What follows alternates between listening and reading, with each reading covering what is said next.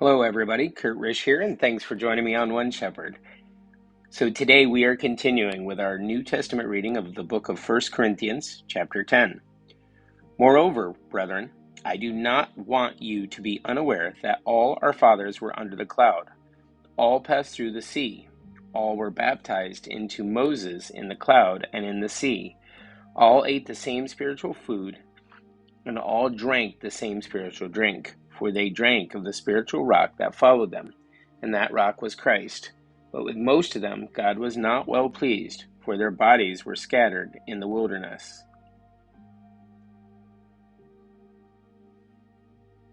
Now these things became our examples, to the intent that we should not lust after evil things, as they also lusted.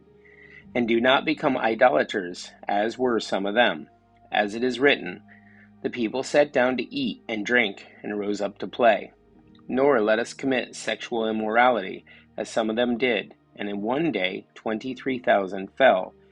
Nor let us tempt Christ, as some of them also tempted, and were destroyed by serpents. Nor complain, as some of them also complained, and were destroyed by the destroyer.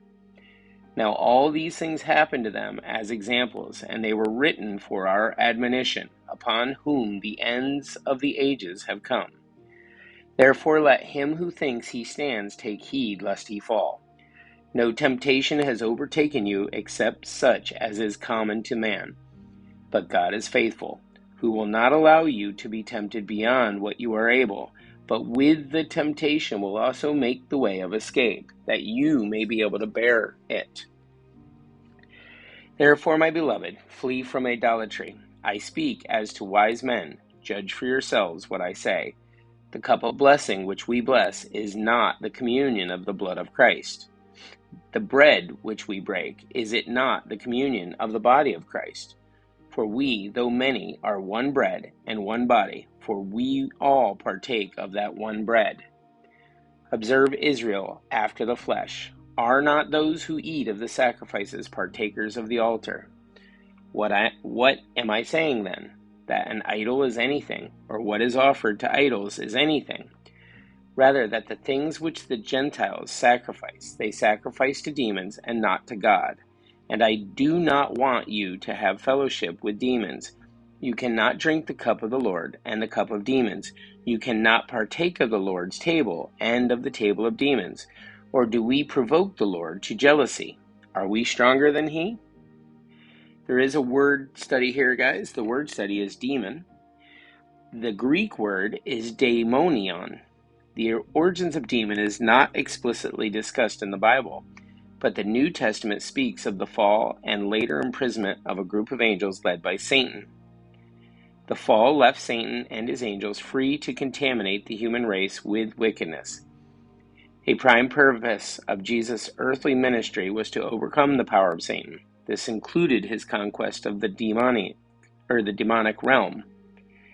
Following the resurrection of Jesus and his return to heaven, these demonic principalities and powers have continued their warfare against those who are his followers. Yet after Christ returns, the devil and his angels will be defeated and thrown into the lake of fire and brimstone. Continuing with verse 23, all things are lawful for me, but not all things are helpful. All things are lawful for me, but not all things edify. Let no one seek his own, but each one the other's well-being.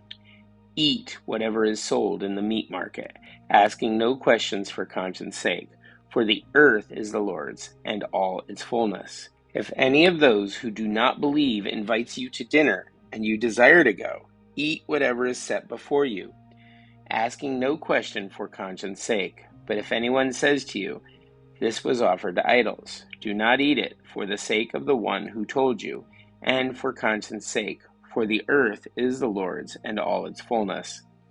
Conscience, I say, not your own, but that of the other. For why is my liberty judged by another man's conscience?